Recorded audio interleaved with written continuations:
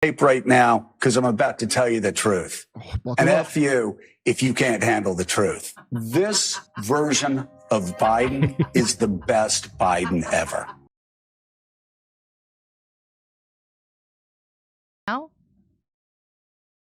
Hey everybody, welcome back to the live stream. You remember last week we talked about Idaho has a water crisis. Farmers face drought fines. In Idaho, the Department of Water Resources had ordered farmers to shut off water to over 500,000 acres of crops due to water shortages, imposing fines and $300 per acre for continued use.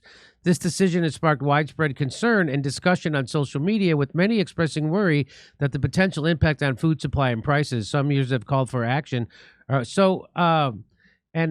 another headline. Idaho farmers say water curtailment order will dry up their land and push them out of business. Well, I thought it had something to do with, well, there it is. Today, they're confronting 70%. Okay, so I thought it had something to do with the cobalt mining, but here's Dan Levitt is here to tell us. He is a native Idahoan who served in the military for 12 years, including 3 combat tours in Iraq and Afghanistan. He played a pivotal role in establishing the first in-nation service dog program for fellow wounded soldiers, led by active duty service members of the military. He is currently the Republican candidate seeking election to represent District 25B in the Idaho House of Representatives, and he's got some info on this for us. Hey, David, thank you for coming on the show.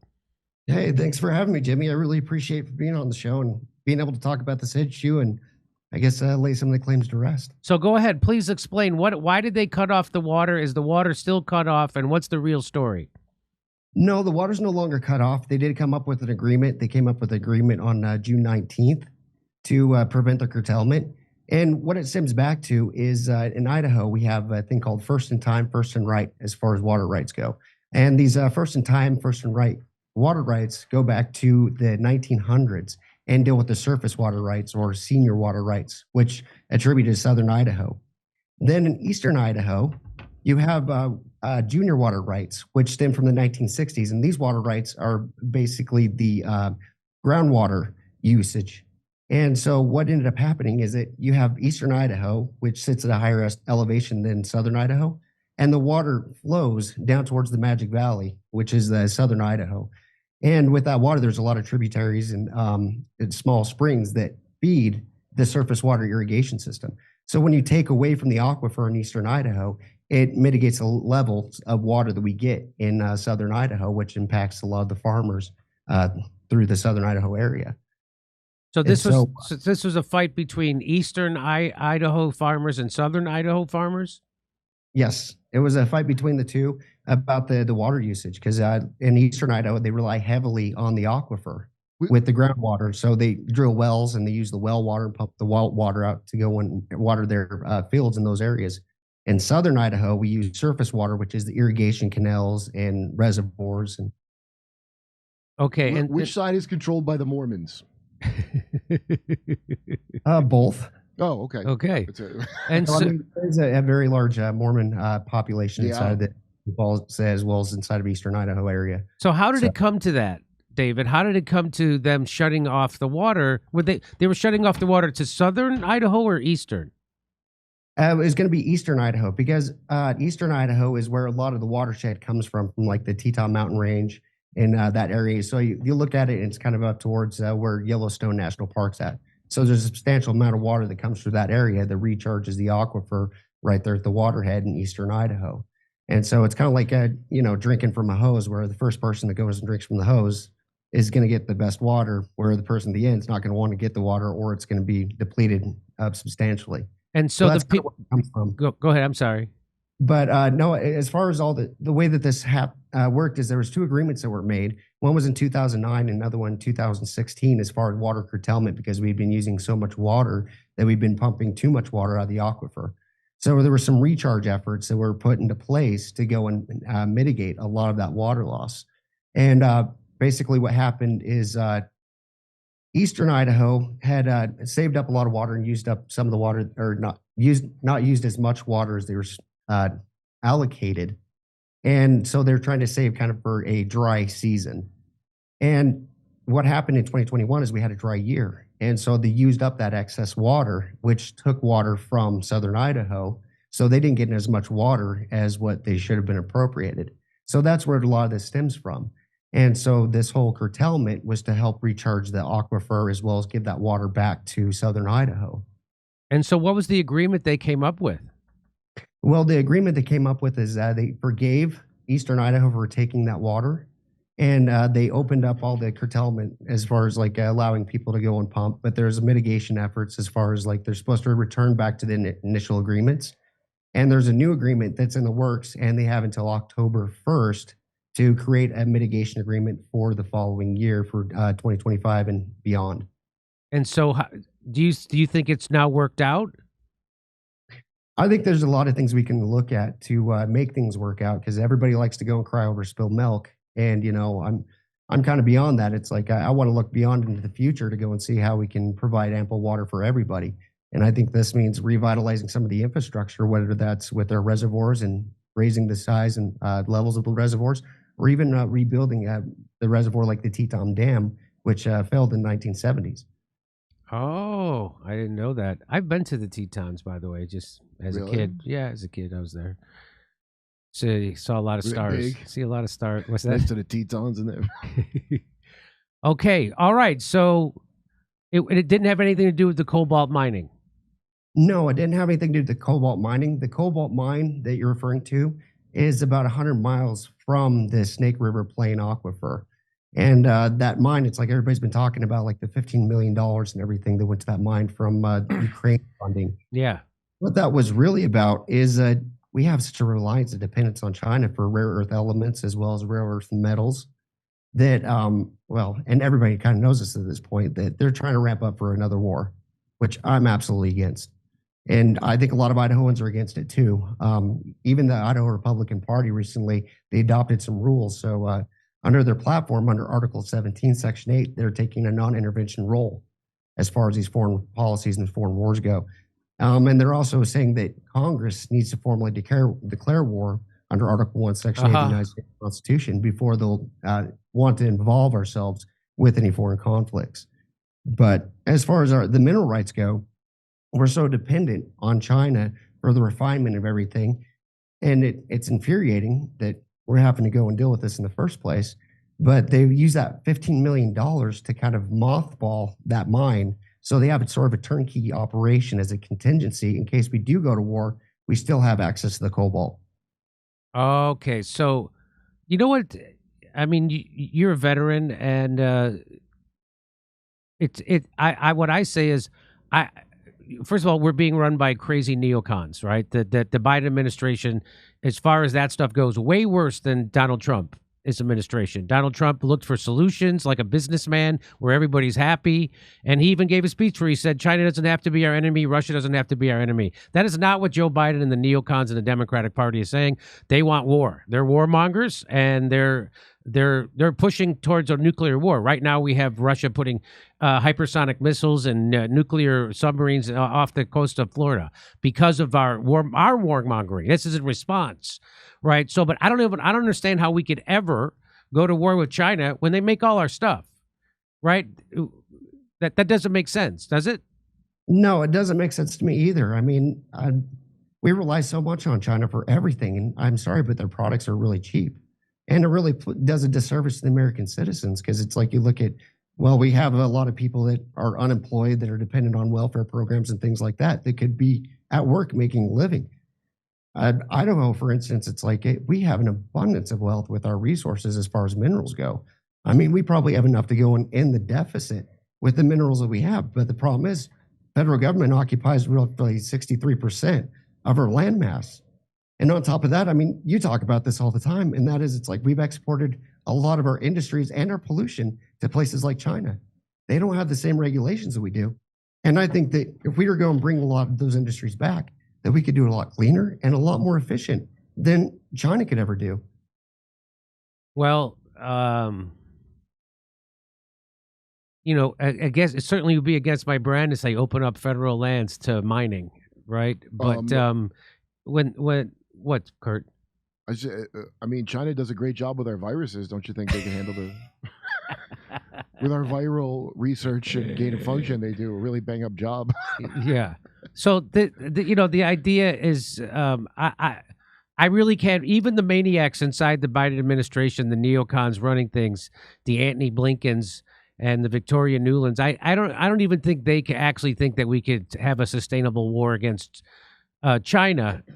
It would be a disaster for everybody, especially the United States, because it would hurt us again, just like this proxy war with Russia that we have vis-a-vis Ukraine. That's hurting us way more than it's hurting Russia. Almost like that was the purpose and not weakening Russia. It's almost. No, they thought they could balkanize Russia, and they're just maniacs, and they thought they could split it up and give it to Blacklock, which is what they're doing to Ukraine. You know, Anthony Blinken's dad was Ghislaine Maxwell's father's lawyer. No, I didn't know that. Yeah, he went to that Dalton school, the Epstein one.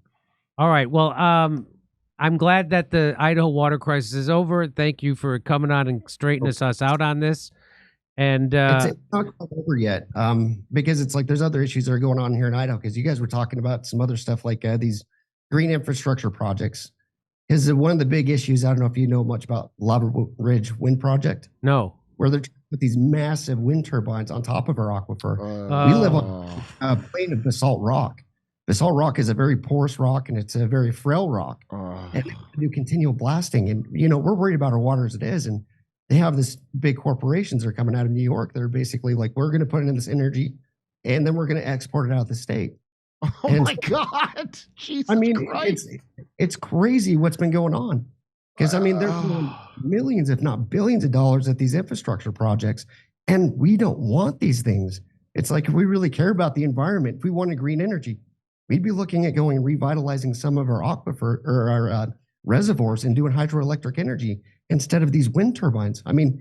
Here in Idaho, they're going to have some of the largest ones in the United States. You're looking with the new environmental impact study. They want to have these windmills. They're going to be over 640 feet tall. And wow. And it's going to take up an area mass of almost 40,000 acres. Wow. And as I learned through that Michael Moore movie, that there's a big carbon footprint associated with windmills, and they're not recyclable. Oh, also they kill whales. The whales commit suicide from the noise.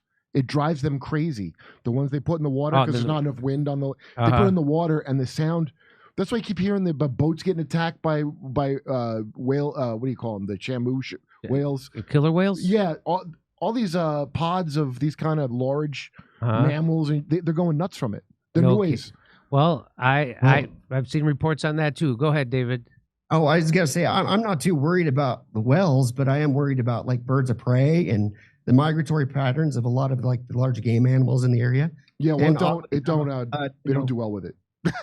No, they don't. It's like how dare they run in those turbines? They should have gotten out of the way, I guess. But and it's sad because if you or I were to go and hurt one of these animals, it's like we'd be looking at prison time. But for these people, it's like, well, that's okay. We'll let you slide.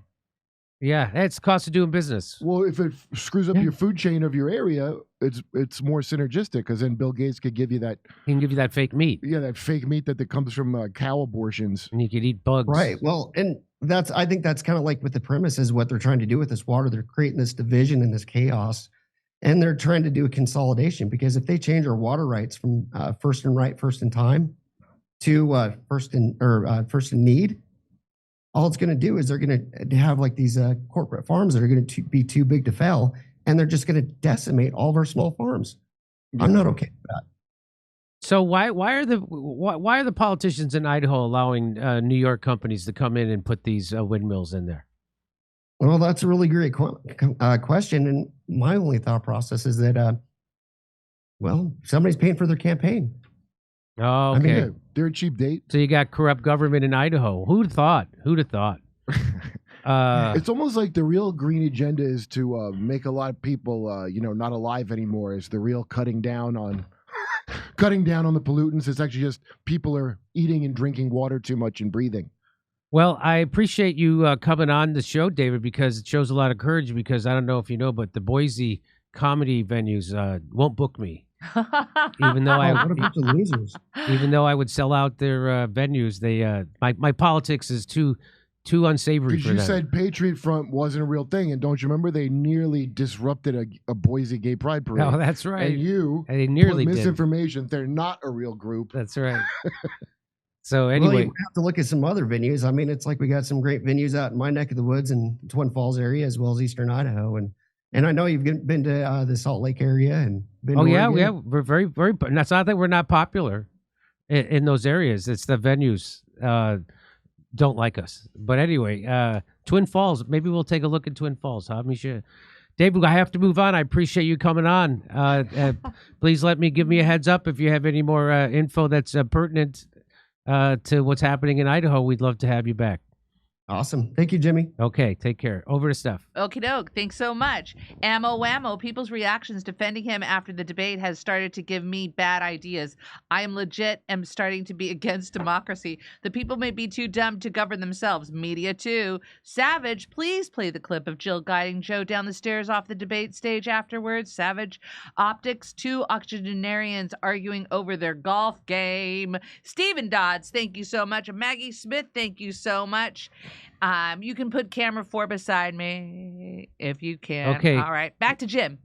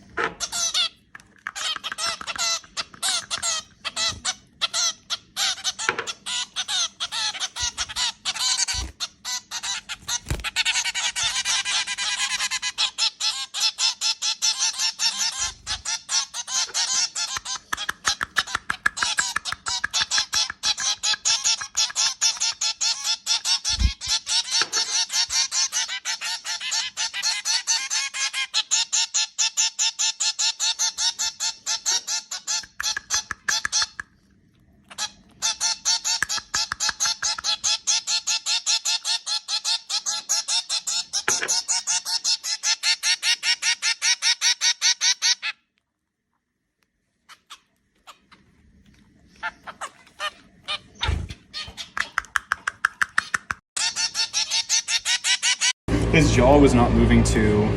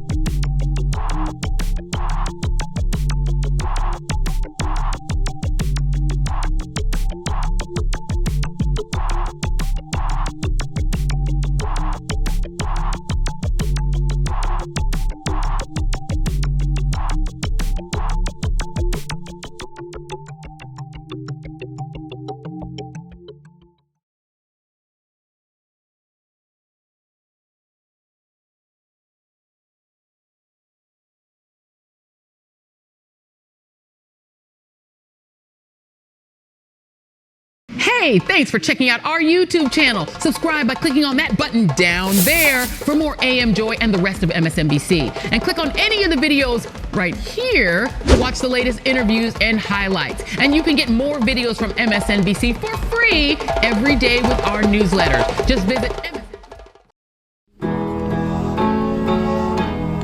Isn't it swell? The memes make themselves. They found a rabbi hole, tunnels and all. There's Jews in the walls. Isn't it bliss? The rabbinical grace, soiling the mattresses. Well, let me tell you. If